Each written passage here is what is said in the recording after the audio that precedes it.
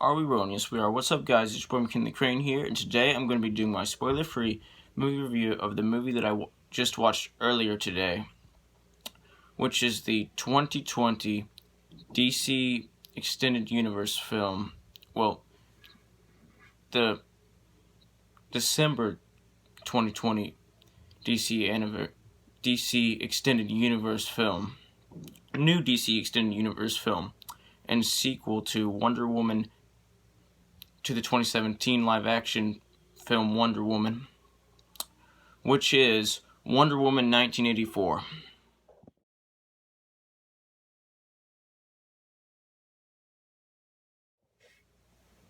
So this is a comedy action film that once again stars Gal Gadot as Diana, aka Wonder Woman.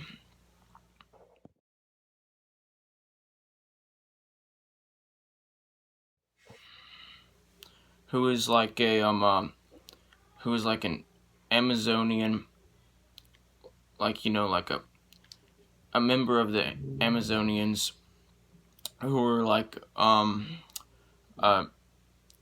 a mythical tribe. Well, actually not mythical. They actually existed in real life. They just didn't have powers. In this movie, the Amazonians, like, just in case you haven't seen the first one or aren't familiar with the source material, are like a tribe of like all females that are like, that live on like an island, that are like, that can like live for centuries and like don't really age. It takes a long time for them to age. They age like, they age slower than humans. So like, one can be like hundreds of years old and still look like she's like 28 or something. Anyway, yeah, so those are the Amazonians in this. Those are what the Amazonians are in this movie. And in this movie, they were like created by like Greek gods, and like they all have like superhuman abilities. Just in case you weren't familiar with the source material, I had to explain that. Anyway, oh, by the way, I know that in past videos I have mispronounced Gal Gadot's last name.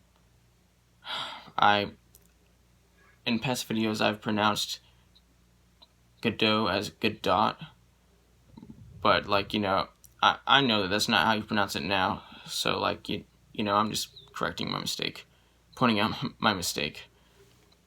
Anyway, so in this movie,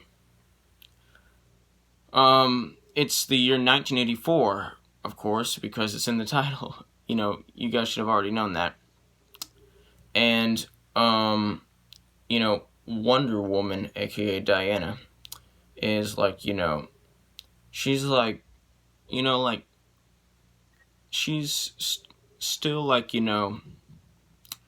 she's still like saving people and doing superhero stuff. She's still Wonder Woman, if you know what I mean. She's still saving people, and so basically, this movie takes place I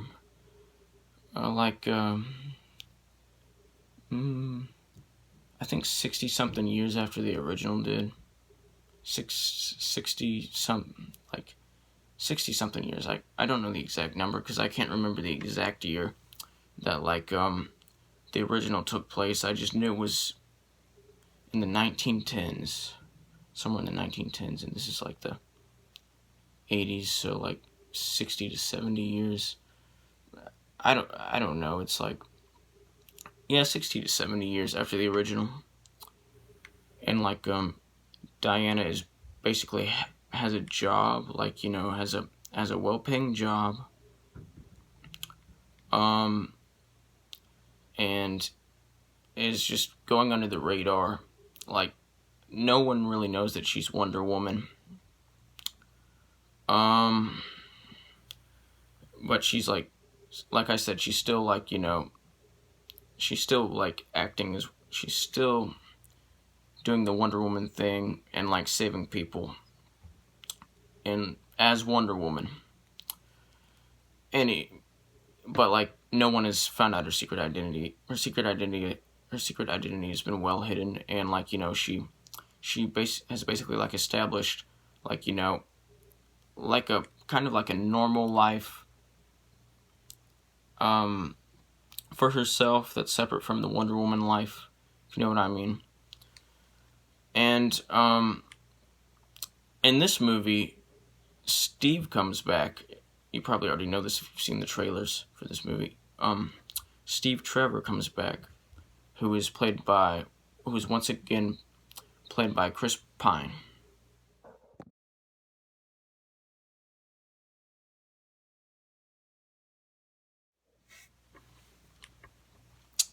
Anyway, I can't really reveal how Steve Trevor came back because that would be a spoiler. But I will say that, like, how he came back is kind of like a big part of the movie, a big theme in this movie. Like, not exactly a theme, but like, a big thing in this movie story. And, so basically, if you've seen the trailer, you can tell that, if you've seen the trailers for this movie, you can, like, you probably know who the two villains of this movie are. And, before I say who they are, let me just say that they are both very sympathetic villains. Like, we can feel sympathy for them. Kind of like Killmonger from Black Panther. We can feel sympathy for them. And these two villains are Maxwell Lord, who is played by Pedro Pascal,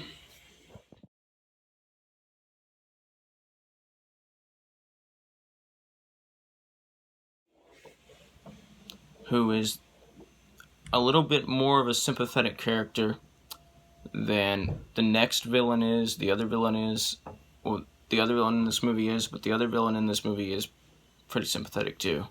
We can feel sympathetic for both of these characters. We can feel sympathy for both of these characters. That's what I meant to say. Anyway, and let me just say that Pedro Pascal does an amazing job playing Maxwell Lord. He nails it. He gives a strong performance in this movie playing Maxwell Lord. And, in my opinion, he gives the second best performance in this whole movie. But, in my opinion, this movie's whole cast is perfect. This movie's whole cast gives perfect performances. Like, each of the cast members gives, a perfect performance playing their character. Let me just briefly describe Maxwell Lord for you. So, he's like a corrupt, businessman who owns like an oil company and is like power hungry. He's too power hungry, and like his dying motivation for power is like basically what drives him to do evil. Like that's his main motivation for what he does. And then the other villain is Barbara Minerva, aka Cheetah, who is played by Kristen Wiig.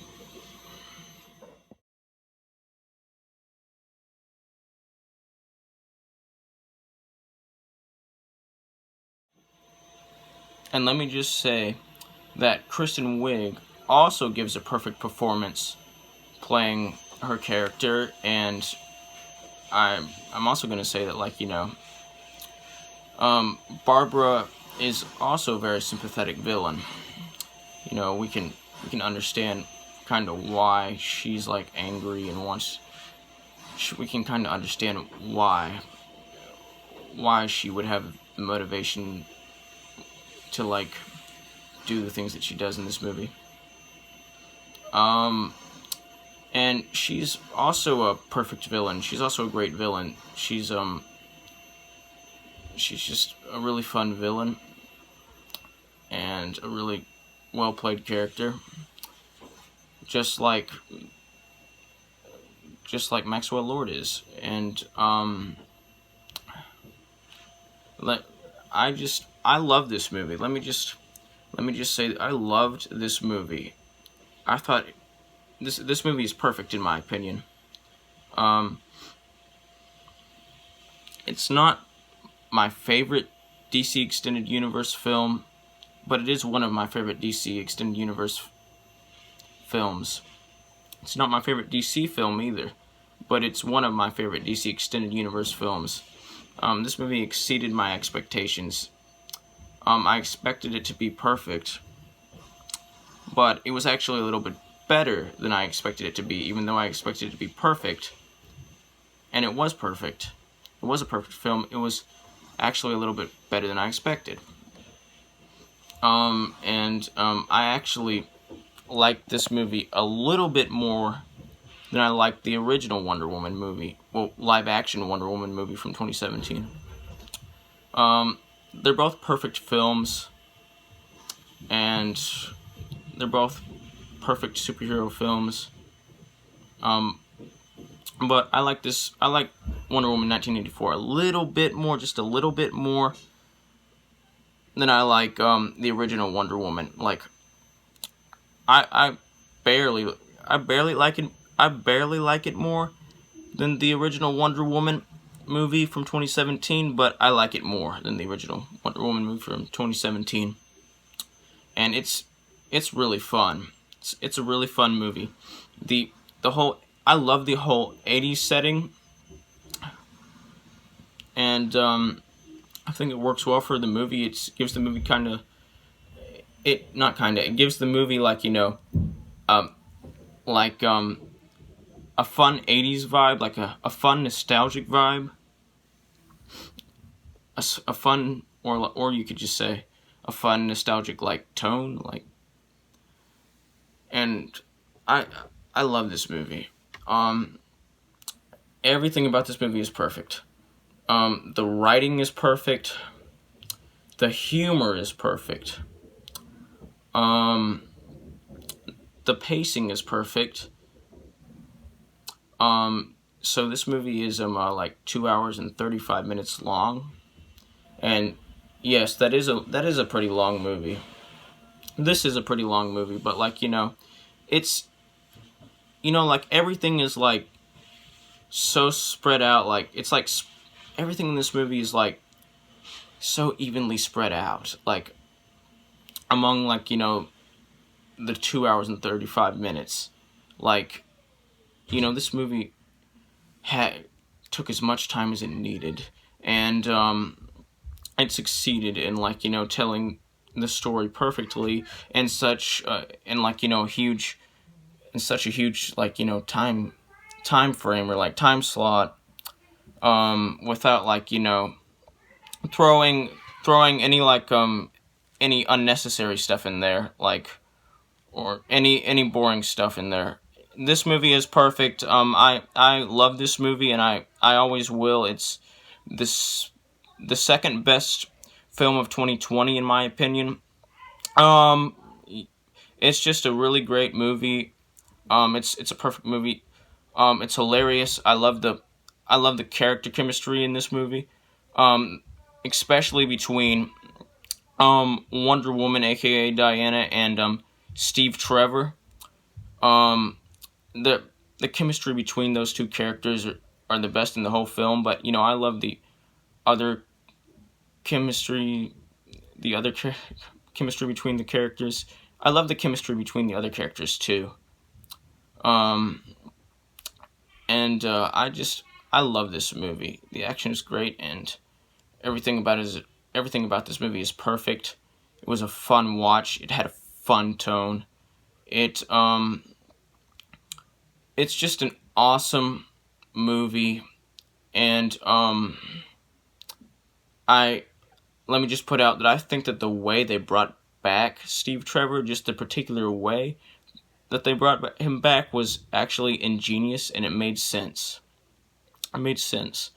Just everything in this movie is so like cleverly written, and just cleverly planned, and you know, all the flashbacks in this movie are necessary and they're fun to watch. And they make sense, and they add to the story, and they like add to the theme of this movie. And let me just say that I love this movie's message. I think it's a great message, and I love this movie. Okay, so for those of you who don't already know this movie, so this movie was released in theaters yesterday, but it was also released digitally. I watched it digitally because, why not? And I would definitely recommend watching this movie. If you're a comic book fan, if you're a fan of comic book movies, if you're a fan of movies in general, if you're a fan of superhero movies, if you're a fan of action movies, if you're a fan of comedy action movies, if you're a fan of action comedies, like, if you're just a fan of great movies, or just if you're a fan of great movies, I would definitely recommend this movie for you. If you're not a fan of movies at all, or if you're not a fan of any of those things I just mentioned, then this probably won't be your cup of tea. But it is my cup of tea, and I love it, and I think it's perfect. And it was, like I said, in my opinion, the second best film of 2020. Anyway, I'm going to give this movie a 100% out of a 100%, which is the equivalent of an A+. Like, subscribe, join the notification squad. Oh, and before I leave, tell me down below in the comments if you've seen this movie, what you thought about it. Did you like it? Did you love it? Did you hate it? Did you have mixed feelings about it? Did you mildly dislike it? What'd you think? Tell me down below. Anyway, like I said, like, subscribe, join the notification squad. I will return.